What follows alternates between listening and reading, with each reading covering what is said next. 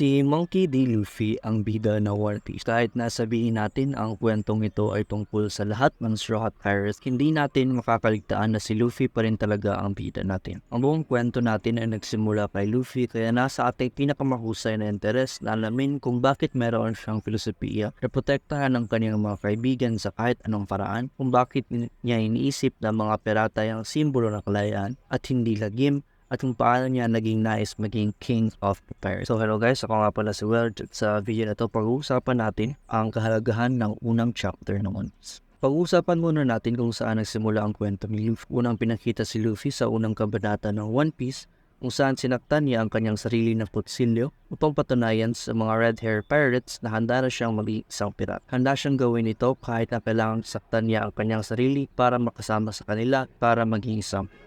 Kahit pa sobra-sobra na ang kanyang pagpapahirap na gawin ito.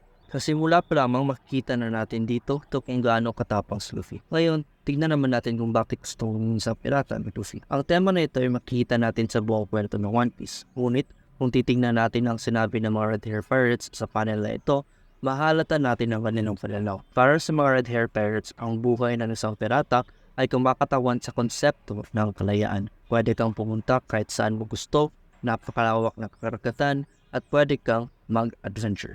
Ngayon, tingnan natin kung ano ang karaniwang pag-unawa ng mga tao sa One Piece, kung ano ang mga pirata. Para sa kanila, ang mga pirata ay masasamang tao.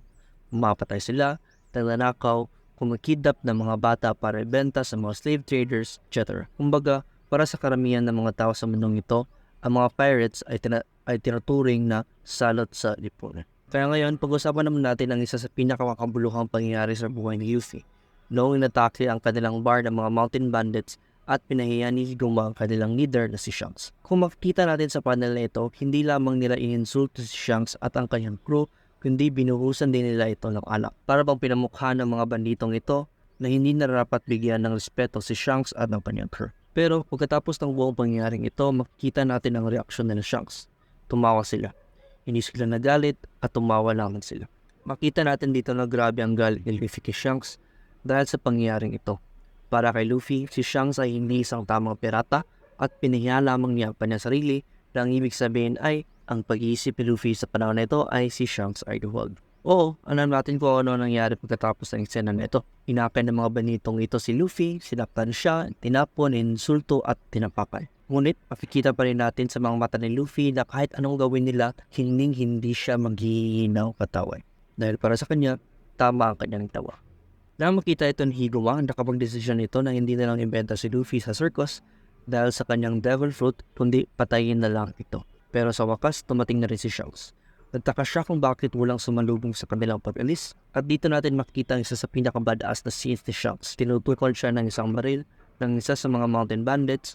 Ngunit pinalaan niya lamang ito na kapag gumamit ka ng baril, hindi mo lang ito gagamitin para sa pangtak lamang at dapat gagawin mo talaga. Kaya yun na nga, pinaril siya ni Lucky.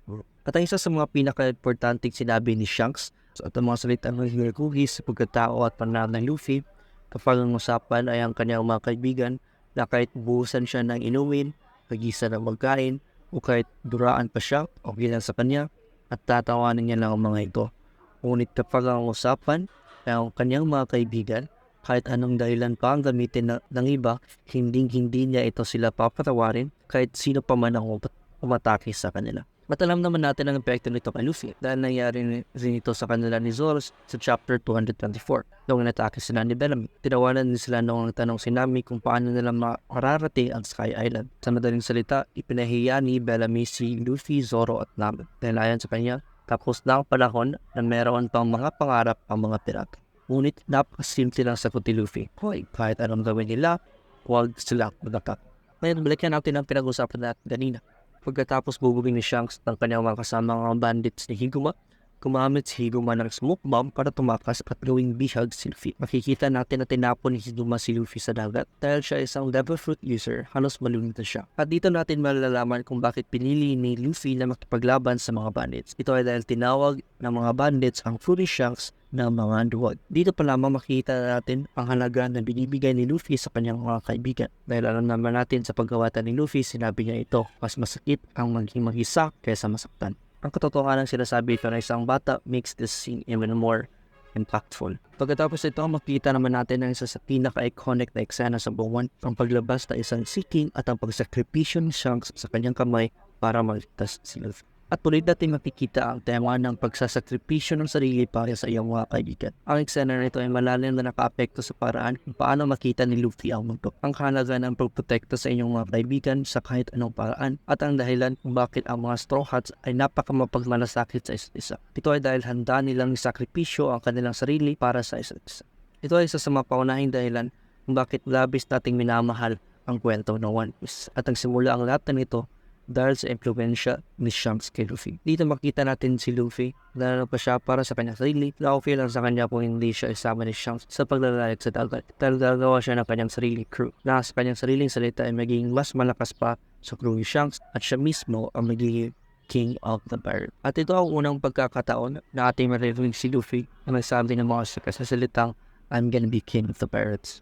Na nagiging patubay ni Luffy sa kanyang pakikipagsapalaran sa Grand Line. So, yan ang video guys. Sana nagustuhan nyo. Like and subscribe kayo kung gusto nyo pang makita mga video and out sa best later.